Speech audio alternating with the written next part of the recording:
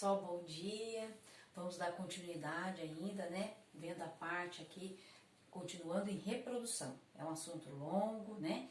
Então, semana passada a gente começou a ver as etapas do desenvolvimento celular, né? De um embrião, após ocorrer aí o processo de fecundação. Então, a segunda etapa agora, quem são esses folhetos embrionários? O que eles vão dar a formação do quê? Então, a parte dos folhetos embrionários, nós já estudamos, né? Quando a gente começou a estudar a parte da classificação dos seres vivos, eu sempre falava para vocês, esse aqui é diblástico, esse aqui é triblástico, né? E vocês viram na formação do desenvolvimento das células que começa o quê? Primeiro a formação da ectoderme, depois a endoderme, né? Tem a mesoderme, e alguns seres, que é o caso, né? De alguns, no caso dos quinidários, eles são diplásticos, eles não têm a formação da mesoderme, né? A parte do meio, né? Então eles não têm, eles são somente ectoderme e endoderme. No caso dos outros seres, a maioria dos outros, tem aí a formação dos três folhetos. Então é ectoderme, mesoderme e endoderme. E ainda dentro dos triblásticos, ainda alguns são celomados e outros não são. São chamados de acelomados, que nós já estudamos aí em conteúdos anteriores. Dentro dos três folhetos, esses três, qual é o destino geral desses três folhetos após as divisões celulares e ocorrer as diferenciações celulares? Vai ocorrer a formação dos novos órgãos, né, para a formação desse embrião e depois de algumas semanas a formação do futuro bebê, do futuro feto, de um outro ser qualquer, né, dentro da classificação dos seres vivos. No caso da ectoderme, vai ocorrer o quê? A formação da epiderme. Eu coloquei algumas só, tá? Algumas das formações. No livro de vocês tem bem, né, bem assim detalhado, um quadrinho, tá na página 396. Então tem a epiderme. Na parte da epiderme, que como que é ectoderme, parte periférica, formação de pelos, unhas, casco, cabelo, né? Glândulas sudoríparas, lacrimais, mamárias, glândulas sebáceas, sistema nervoso, mesoderme, meio, então músculos, tecido conjuntivo no geral, citei só alguns para vocês, ossos, cartilagem, hematopoético, né? Sistema urinário, genital e endoderme, parte mais interna. Então, revestimento epitelial do tubo digestório e também do sistema respiratório, do fígado, do pâncreas, da tireoide, da paratireoide, da suprarrenal, revestimento interno da bexiga, né, da bexiga urinária e tantos outros. Agora nós vamos ver a parte dos anexos embrionários, que auxiliam o desenvolvimento do embrião na formação dos vertebrados. Então, continuando, gente. Então, a parte de anexos embrionários. Esses anexos, eles vão auxiliar o desenvolvimento do embrião, né, nos vertebrados. Aqui eu coloquei para vocês, né, o exemplo de um ovo. E na página 397 tem o exemplo, né, formação de um bebê.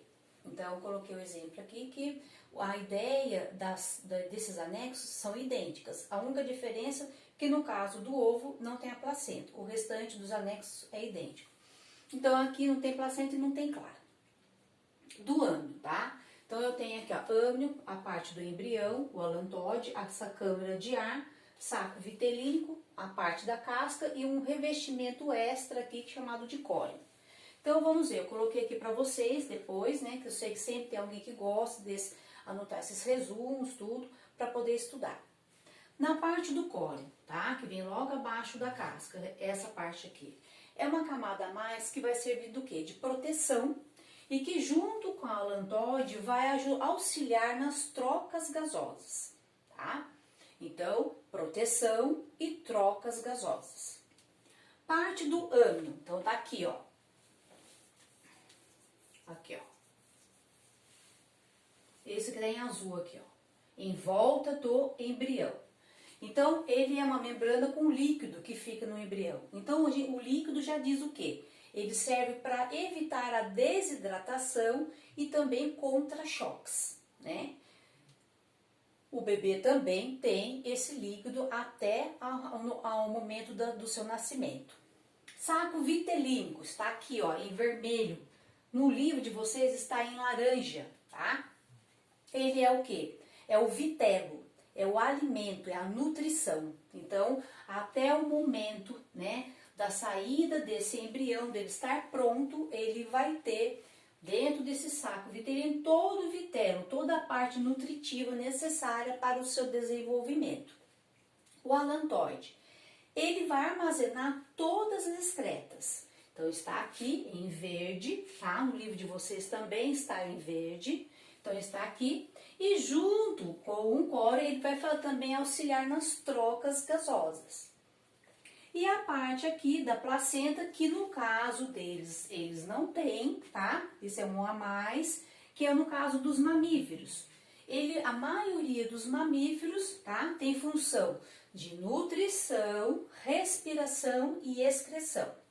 E aqui eu coloquei para relembrar vocês que quando a gente trabalhou classificação de seres, né, dentro dos vertebrados, na parte dos mamíferos tinha uma classificação quanto ao quê? Presença da placenta ou não, ser desenvolvida, pouco desenvolvida ou ausente. No caso de ser eutérios.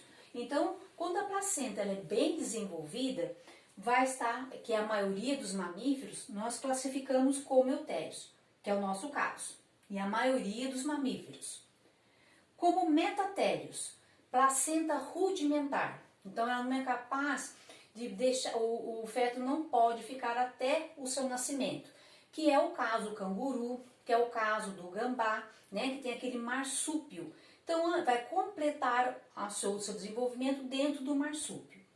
E prototérios quando não tem placenta, que é o caso do ornitorrinco e da equidna, tá? Então, eu espero que vocês tenham entendido a parte dos anexos embrionários.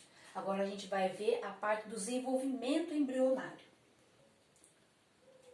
Então, continuando, gente. Nós vamos ver a parte do desenvolvimento embrionário humano.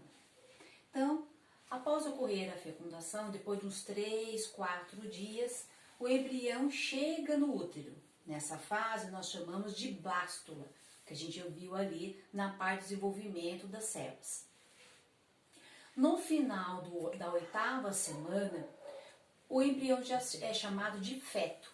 E ali começa a ocorrer o desenvolvimento dos órgãos, onde já pode ser visto a parte da face, a formação dos braços, então pode ser visto de melhor, né, que são 8 semanas, equivalente a 2 meses.